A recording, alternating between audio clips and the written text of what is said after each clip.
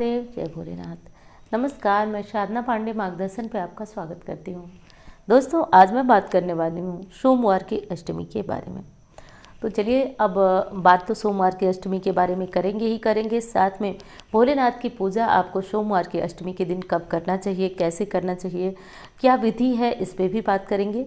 तो चलिए दोस्तों, वीडियो अच्छी लगे तो लाइक कर दिया करें और चैनल को साथ साथ सब्सक्राइब भी कर लीजिएगा। दोस्तों, इस बार यानी कि 27 फरवरी, जैसा कि जो है 27 फरवरी सोमवार का दिन पड़ रहा है और अष्टमी तिथि है।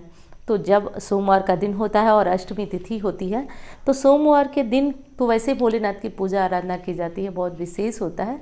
लेकिन जब तिथियों में अष्टमी तिथि सोमवार के दिन मिल जाती है तो उस दिन की महत्ता और अधिक बढ़ जाती है। तो इस बार जो 27 फरवरी को सोमवार पड़ रहा है, इस दिन हमें अष्टमी तिथि मिल रही है, तो सोमवारी अष्टमी का शुभ संयोग बन रहा है।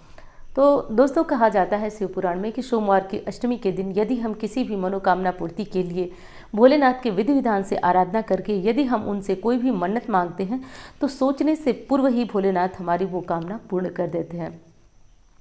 देखिए, कहा जाता है कि आज शिवलिंग में सिर्फ भोलेनाथ ही नहीं, 64 योगिनियाँ माता पार्वती तो वैसे ही विराजमान रहती हैं, लेकिन आज उनकी जो 64 योगिनियों के साथ जो उनकी पूजा करने का विधान है, उससे हमारी मनोकामनाएं सिर्फ शीघ्र पूर्ण होती हैं।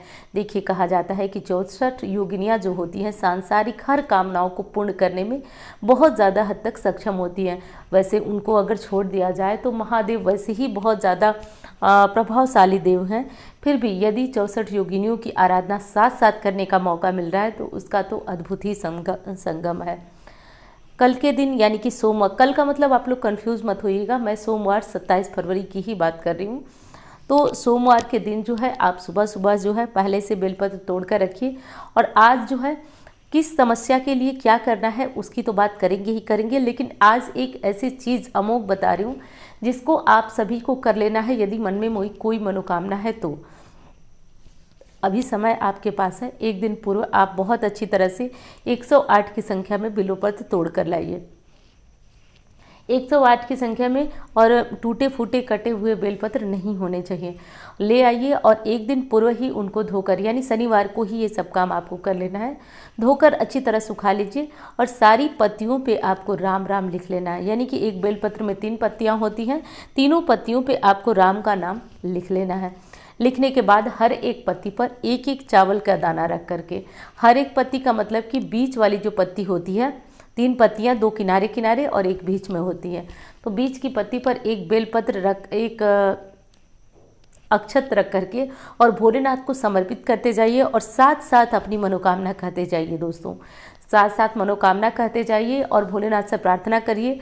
और यदि कोई ऐसा मंदिर है जिसमें बहुत ज़्यादा भीड़ है, व्यस्तता है, तो सारे को आप एक साथ भी चढ़ा सकती हैं। जैसे 108 बेलपत्र एक साथ चढ़ा दीजिए और 108 अक्षत के दाने एक साथ चढ़ा दीजिए, लेकिन सही विधि यही है कि हम एक एक करें, एक एक करके चढ़ाएं। तो ये काम करिए, और ये बहुत ज़्यादा अद्भुत उपाय है। शिव पुराण में बताया गया है कि बिल्वपत्र पर यदि अक्षत रख कर चढ़ाते थे तो ये चढ़ाते हैं तो निश्चित मनोकामनाएं पूर्ति होती है। कहा जाता है, रावण संहिता में भी इस उपाय के बारे में वर्णन मिलता है। कहा जाता है कि रावण जब महादेव को पूजता था तो वो बिल्वपत्र पर हमेशा अक्षत या फिर कुछ इस तरह की चीज़ें रखकर चढ़ाता था, जिससे महादेव की प्रसन्नता उसके लिए और अधिक बढ़ जाती थी। तभी से जन सामान्य के लिए शिव पुराण में भी इस उपाय का वर्णन मिलता है। ये बहुत ज़्यादा महत्वपूर्ण है। बिल्वपत्र पर ये काम करके और आप चढ़ा कर देखिएगा, कोई काम कितना भी फंसा हुआ है, जैसे कोई कोर्ट कचहरी का केस है जो आपके पक्ष में हो ही नहीं रहा है, जैसे बच्चे हैं परीक्षा में बहुत ज़्यादा सफलता के लिए कोशिश करके हार चुके हैं तो कर लीजिएगा, साथ साथ विवाह नहीं हो रहा है तो भी कर लीजिएगा। सब मिलाकर कहूँ मोटे शब्दों में तो कुछ भी दिक्कत आपके जीवन में चल रही है, कुछ भी समस्या चल रही है, तो आप ये काम इस बार ज़रूर कर लीजिएगा। कब करना है तो दोस्तों, पूरे ही दिन हमें अष्टमी मिल रही है, तो दिन के कभी भी किसी भी समय कर सकते हैं। और अष्टमी जब नहीं होती है तो इस बात का ध्यान रखा करिए, और इस चीज़ का ध्यान रखिएगा, इस उपाय को आपको जब भी करना है तो थोड़ा सा फुर्सत में करना है। उपाय करने के बाद जो है शिव गायत्री मंत्र का जप आपको एक बार ज़रूर करना है। एक बार का मतलब कि 108 बार एक माला ज़रूर करना है। तो ये शिव गायत्री मंत्र जो है मैं डिस्क्रिप्शन में डाल दूँगी, उसको आप ज़रूर बैठकर वहाँ इसको करने के बाद कर लीजिएगा। दूसरी चीज़ है दोस्तों कि यदि आप 108 बेलपत्र नहीं मिल पाता है किसी कारण से, तो आप जो है आंकड़े के फूल लाइएगा, उनकी माला बनाइएगा और उसे जो है चढ़ाइएगा।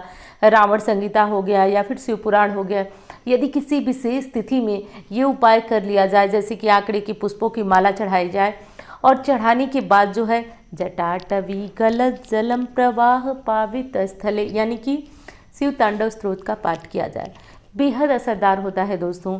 कहा जाता है कि जब रावण ने कैलाश पर्वत को उठाने की कोशिश की थी, प्रयास किया था, और महादेव को जैसे ही मतलब उनको थोड़ा क्रोध आ गया था क्योंकि वो उनका निवास स्थान था, और उन्होंने मात्र अपने पैर के अंगूठे से कैलाश को दबाया था और रावण जो है छटपटाने लगा था, कराहने लगा था और करुण स्वर में शिव तांडव स्तोत्र का पाठ किया था।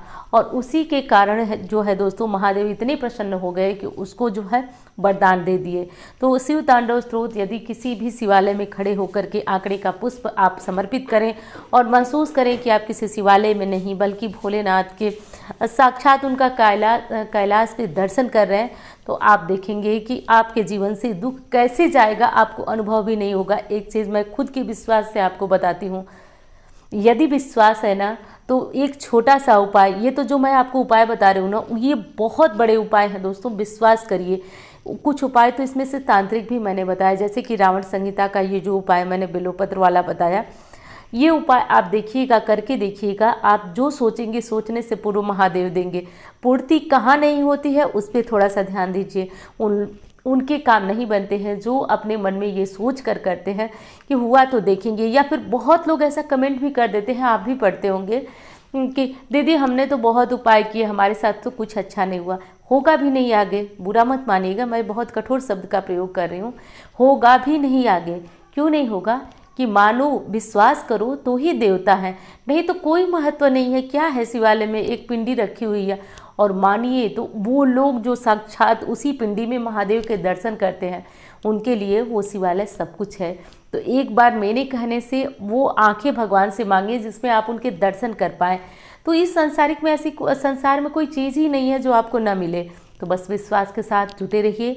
देवादिदेव महादेव आपको सद्बुद्धि देंगे, अपने कार्यों को पूर्ति करने की क्षमता देंगे। और मैं मानती हूँ कि आपके दिमाग में विचार पनपे उससे पूर्व ही महादेव पूर्ण कर देते हैं। तो ये दोनों काम करिएगा। सोमवार की अष्टमी बेहद महत्वपूर्ण है। और हाँ, एक चीज़ तो मैं बताना आपको भूल गई कि जो 64 योगिनियाँ हैं ना, वो सांसारिक मोह माया या फिर संसार में जितनी भी चीज़ें हैं जो सांसारिक सुख प्रदान करती हैं, उन्हें प्रदान करती हैं।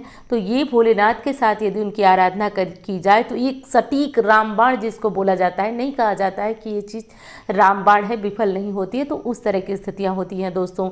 फिर भी यदि कोई समस्या है जो कि जीवन से नहीं जा रही है, तो कुंडली दिखाना चाहते हैं तो इन नंबरों पे आप संपर्क कर सकते हैं दोस्तों।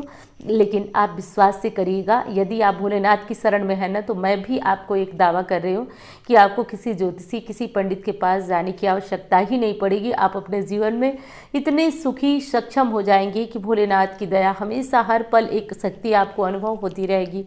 तो चलिए, यदि आपको वीडियो अच्छी लगे तो चैनल को सब्सक्राइब कर लीजिएगा, क्योंकि इस तरह की कोई जानकारी आपसे छूट न जाए।